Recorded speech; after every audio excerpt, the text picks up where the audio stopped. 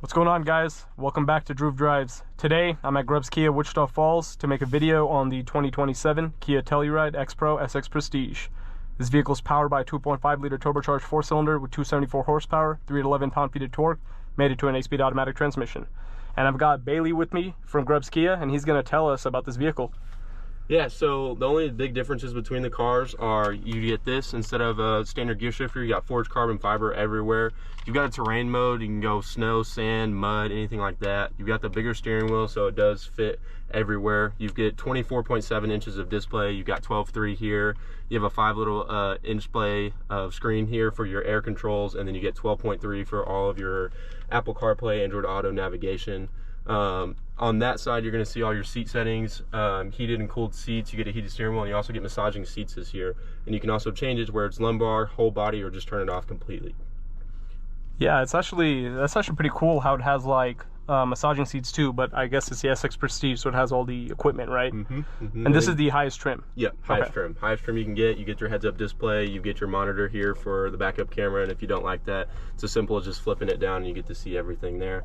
2 sunroofs, you get one up here and then one for the back for all the kiddos back there, and you also get heated and cooled seats in the second row as well. That's impressive. And honestly, what else is impressive to me is how nice the interior is. Like, everything feels so good in here. Like the seats is this Nappa leather? Yeah, so it's Nappa leather with Alcantara on the top, and then you also get Alcantara guards on the back as well. Like, it's quite impressive. Like, I love all the build quality. I like how the screen, it's like a nice digital screen. It's not too big, and it doesn't look like it was plastered onto the dash. It looks like well integrated.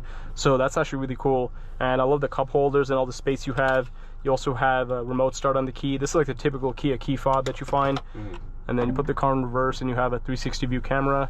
So that's cool too. And you can look around the Telluride with this 3D augmented view, which is also really nice. That's impressive. But let's walk around it and then we'll get out on the road and see how it drives.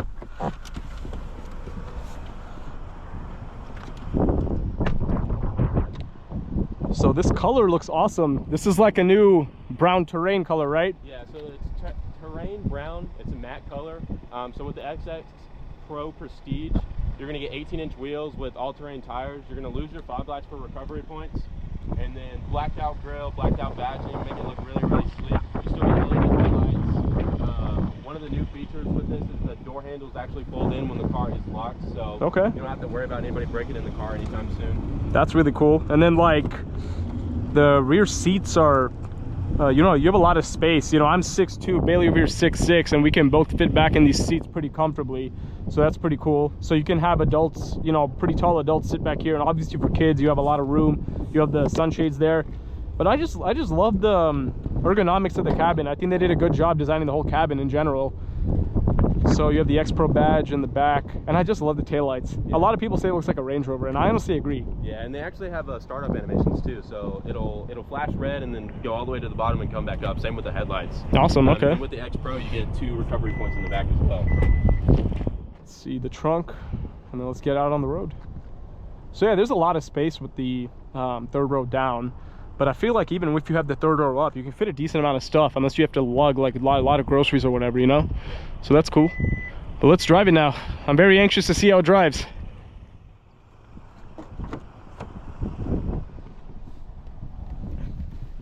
So it has a Meridian sound system? Yes. How many speakers does it have? Do you know off the top of your head? I'm not 100% sure. I know this is actually the first time Kia does this. They normally do Harman Kardon and Bose. So it's actually the first time they've ever used a different sound system. Interesting, okay. And how do I change the drive modes? Oh, there it is. I keep forgetting that. So let's put it in sport. You also have a terrain mode, so I guess that's for off-roading or whatever. Yep, so it's going to have your snow, sand, and mud. Okay, cool. Let's... Moment of truth. Time to see how the 2027 Telluride drives.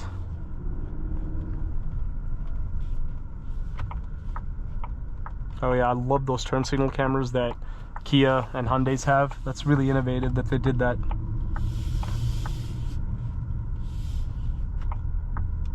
So what would you say is like the biggest difference between this and a 2025 Telluride, the previous body style. First of all, looks wise, I think this looks a lot cooler than the previous generation Telluride. That also looked good, that's why it was so popular, but this just looks awesome.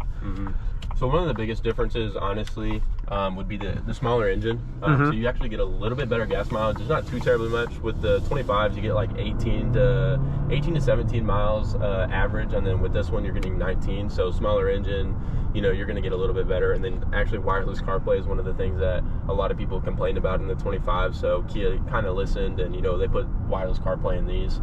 But everything else is pretty much the same. You're going to get thicker glass, everything to keep it as super quiet in here. You know, I'm not yelling at you to try and inform you about the car. And that's one of the big things that people love about the Tellurides, is how insanely quiet they are. I think you're right about that. The noise deadening is really good. It actually is really quiet in here.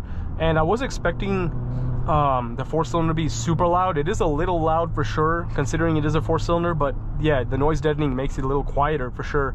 And also, yeah, the low end torque seems to be pretty good. I mean, it has 311 pound-feet of torque, which is pretty good. I think that was an improvement over the previous one, am I right? Yeah, absolutely. I don't know quite how much the V6 made, but I know it was around 200 and 200 for each. Yeah, that makes sense.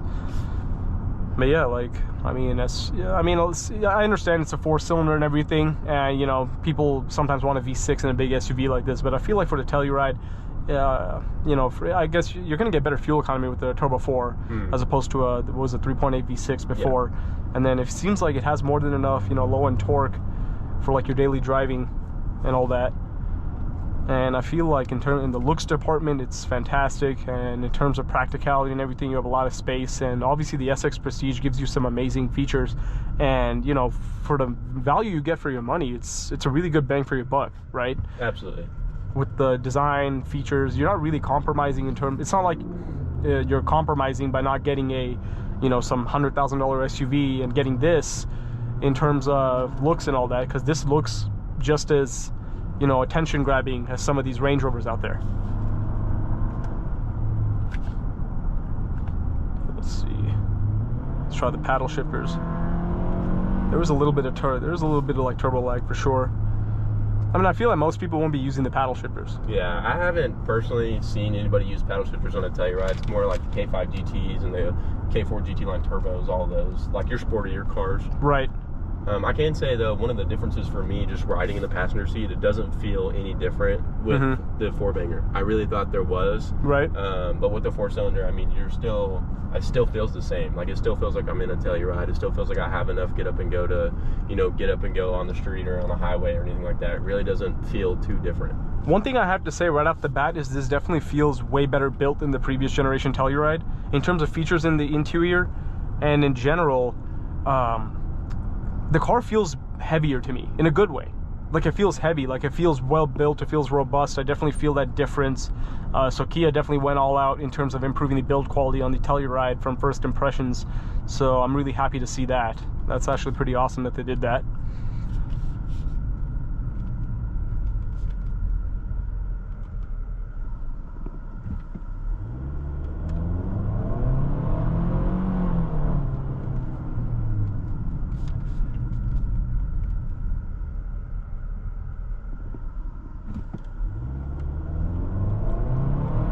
So off the line, it takes a second to pick itself up. I noticed that, but once you get to like 2,000 RPM, it'll start, you know, rolling.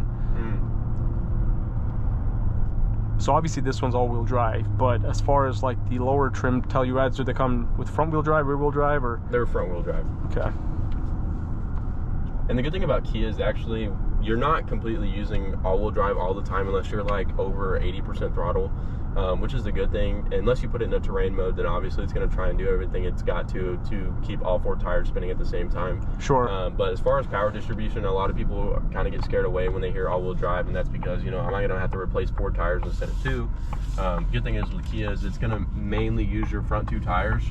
And then if you, like I said, 80% or more throttle, it's going to use all 4 of them. Interesting.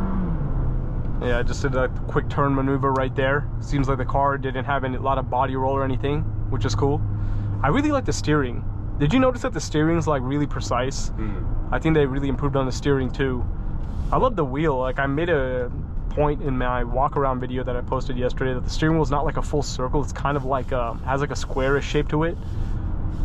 Wonder why they did that. Is it, I guess, just to make it look sportier, maybe? I'm not 100% sure. I know only person that really does like a flat bottom and a flat top right now is Chevy and their Corvettes. Yeah, right. But I know with Kia, when you put it in a different mode, it tries to adapt to that mode as quick as possible.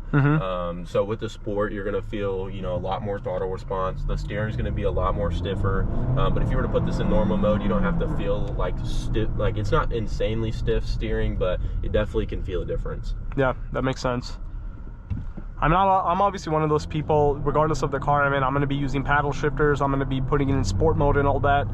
So honestly, it's I do have to say, like, I feel the transmission is more responsive in this than the previous one. You know, I personally prefer a V6, but I can understand why they put a 4-cylinder in it, but I don't think it's detracting from the driving experience, in my opinion. You know, it doesn't feel slower than the previous Telluride or anything. It actually handles better, transmission's more responsive. So overall, I forget the looks, I like the driving experience of this better so far.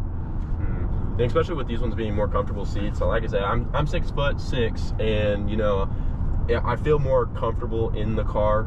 The Telluride, the 25s are comfortable, but this one feels like it fits me a lot more. Okay. And you know, and you spend almost 90% of your time inside the car rather than the outside. Right. But I mean, with these two, you know, what they did was great. You know, the inside's comfortable and the outside looks amazing. Yeah, like I personally like the way this looks a lot more than the new Palisade. I like the way the new Palisade looks, but I feel like what I've noticed about the new Palisade is, like, some people really love it, some people are iffy about it, but I feel like with this, it's kind of hard to be iffy about it. I think it just looks awesome, like, straight up. It has a really premium look. And I feel like, let's test the braking. It's a good time to test that. Brakes feel good.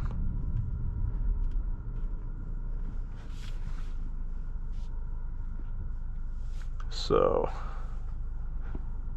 I like the font that Kia uses in their screens. I think it looks like modern. It's got like a good look to it. And then when you get the Kia app, you could actually change this to like Disney and like cars and stuff like that. Massaging seats is a new thing, right? I don't remember the previous SX Prestige having massage seats. Yeah, this is new for 27. Okay, I thought so, because I was like, yeah, I saw this massage button. I was like, oh, cool, it has a massaging feature. Can't beat that.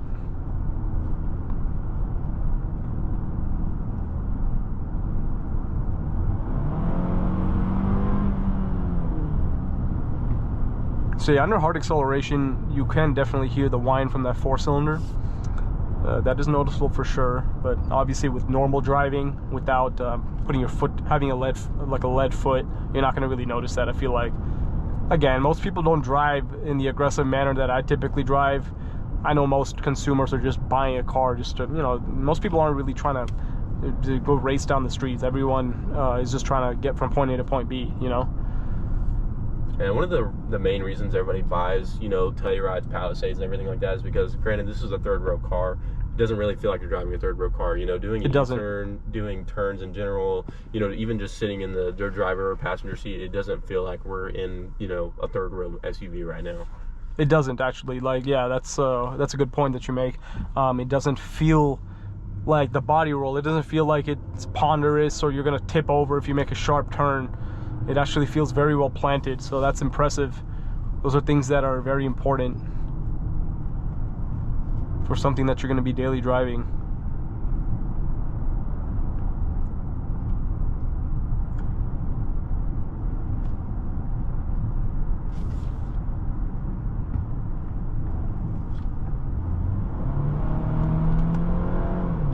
But yeah, transmission is definitely a lot more responsive. I can easily tell how much more responsive it is, so that's a big standout to me with this vehicle. And this massage actually works. Like, it's not like just little rollers, it's actually doing something, which is nice, because sometimes massage features in a car are a gimmick, but it doesn't feel like that in this vehicle at all.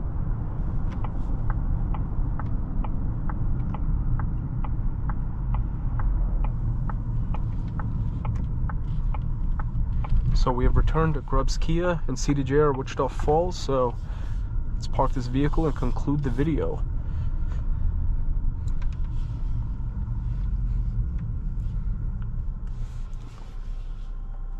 But overall, this Kia Telluride 2027 is really nice. I'm impressed with how it looks, and the drive overall is pretty good.